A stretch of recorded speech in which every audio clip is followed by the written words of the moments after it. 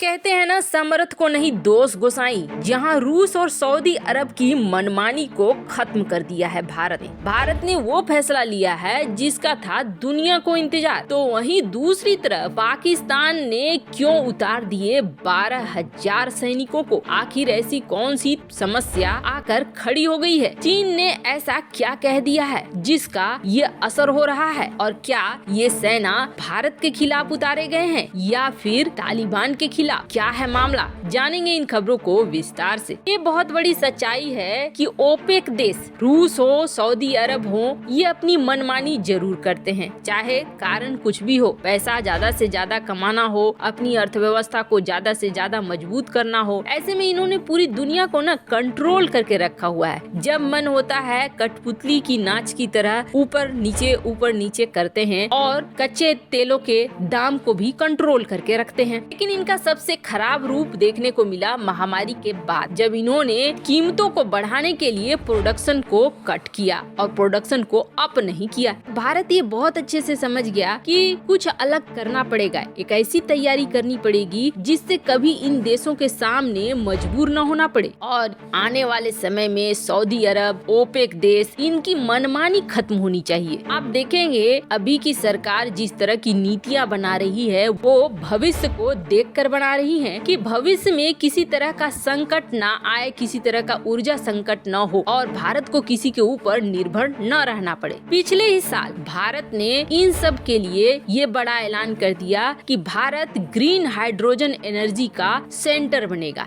यानी petrol diesel की जगह अब इस सेक्टर में भारत आगे बढ़ेगा। भारत ने ये भी टारगेट रखा कि आने वाले 25 सालों में भारत ऊर्जा के क्षेत्र में इतना आत्मनिर्भर हो जाएगा कि उसे सऊदी अरब से, ओपेक देशों से तेल और डीजल के लिए नेगोशिएशन करने की कोई जरूरत ही नहीं पड़ेगी। और अब भारत कुछ ऐसी प्लानिंग कर रहा है कि दुनिया से कच्चा तेल खरीदने वाला भारत भविष्य में दुनिया को ग्रीन एनर्जी बेचेगा और लंबे समय तक बेचेगा। कल यही भारत दुनिया की महाशक्तियों को ऊर्जा का सप्लाई करेगा और इसका उल्लेख अब अंतर्राष्ट्रीय एक्सपर्ट भी कर रहे हैं। अंतर्राष्ट्रीय एक्सपर्ट के अनुसार भारत के दो बड़े कारोबारी अदानी और अंबानी ये इस सेक्टर में उतर रहे हैं और एक्सपर्ट इसकी खनक अमेरिका तक दिख रही है, जहां अमेरिका ये कह रहा है कि भारत एक ऐसा केंद्र बन जाएगा ग्रीन एनर्जी का कि आने वाले समय में हमें खरीदना पड़ेगा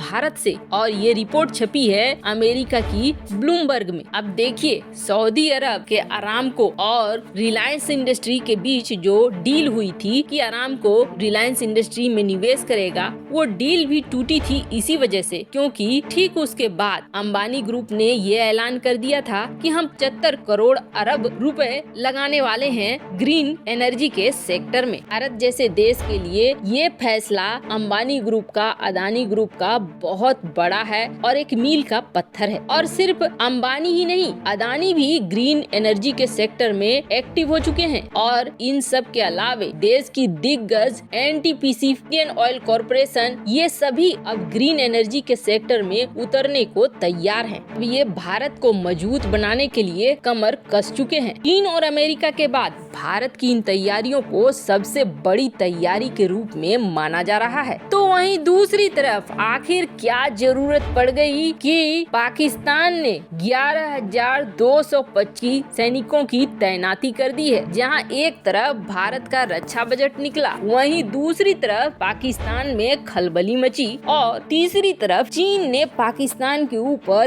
दबाव बनाना शुरू किया। दरअसल इस वक्त पाकिस्तान की स्थिति बहुत जगह से खराब है। एक तो पाकिस्तान को जैसे जैसे भारतीय मिनिस्टर कुछ बयानबाजी करते हैं वैसे वैसे लगने लगता है कि कुछ बड़ा होने वाला है। एक तरफ जहां भारत ने S-400 की तैनाती की है, पंजाब से लगते बॉर्डर पर की है S-400 की तैनाती, और इससे जहां पाकिस्तानी वायुसेना ये समझ गई है कि अब अगर हम अपने क्षेत्र में भी उड़ान भरने के लिए उठेंगे तो फिर गिरा देगा मार बनाकर S-400। लेकिन सिर्फ इतना ही नहीं है, पाकिस्तान के बलूचिस्तान को देखिए, वहाँ अलग तबाही मची हुई है। और तालिबान की तरफ जो सीमा लग रही है अफगानिस्तान से, डूरंड लाइन, वहाँ एक अलग मची हुई है। हर जगह इस वक्त पाकिस्तान किसी न किसी रूप में फंसा हुआ है। इन सब के बीच सबसे बड़ा खतरा पैदा कर दिया है बलूचिस्तान ने। बलूचिस्तान ने कहा है कि हम चीन और पाकिस्तान के हर प्रोजेक्ट के खिलाफ, और चीन के नागरिकों को, चीन के प्रोजेक्ट को निशाना बनाया जाएगा। इस बात से चीन बुरी तरीके से बौखला गया है। बौखलाने के लिए वजह भी साफ है। वजह इसलिए साफ है क्योंकि चीन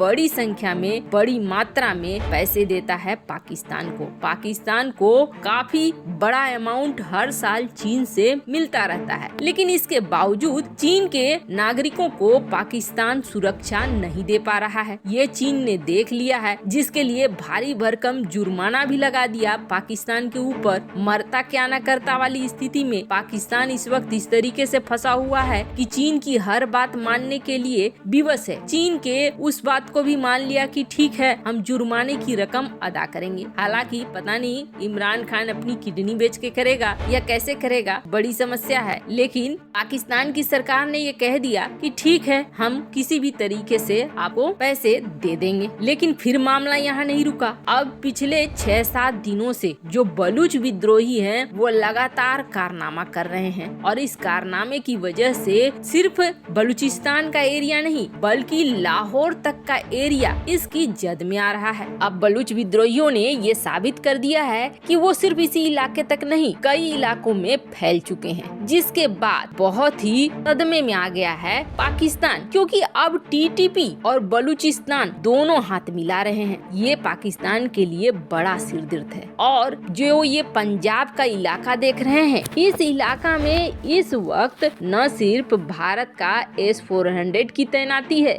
बल्कि यहाँ बड़ी संख्या में चीनी नागरिक हैं। करीब 3,355 चीनी नागरिक हैं जो चीन के प्रोजेक्ट पर काम कर रहे हैं। अब चीन ने ये कहा है कि जिस तरीके से बलूच विद्रोहियों ने शुरू कर दिया है हंगामा और निशाने पर ये ले रहे हैं पाकिस्तानी सैनिकों के, अगर हमारे चीनी नागरिकों को कुछ भी हुआ तो फिर तुम्हें हर्जाना देना पड़ेगा, और इतना देना पड़ेगा कि तुम भूल जाओगे। फिर अब पाकिस्तान पहले ही एक हर्जाने में फंसा हुआ है। इसे देखते हुए चीनी नागरिकों की सुरक्षा के नाम पर 11,225 सैनिकों को इस पंजाब प्रांत में उतारा है पाकिस्तान ने। अब बलूचिस्तान और टीटीपी के मिलने से इतना ज्यादा बौखला गया है, उसे समझ में नहीं आ रहा है कि क्या करना चाहिए। अब समस्या देखिए, चीनी नागरिक भी फंस गए हैं और पाकिस्तानी सेना भी। लगातार निशाना बनाया जा रहा है पाकिस्तान को उसका खुद का उग्रवादी संगठन। कहते हैं ना, जो करोगे वही भरोगे। पाकिस्तान के साथ अब वही सब कुछ हो रहा है। वैसे आपको क्या लगता है, पाकिस्तान इतनी बड़ी संख्या में सैनिकों की तैनाती करके क्या भारत के लिए भी कोई तैयारी कर रहा है? क्या उसका और चीन का कुछ इंटरनल प्लान है जो वो इस इलाके में करना चाहता है? कमेंट कर अपनी राय जरूर बताएं। जल्द मिलते हैं अगले वीडियो में नई खबर के साथ।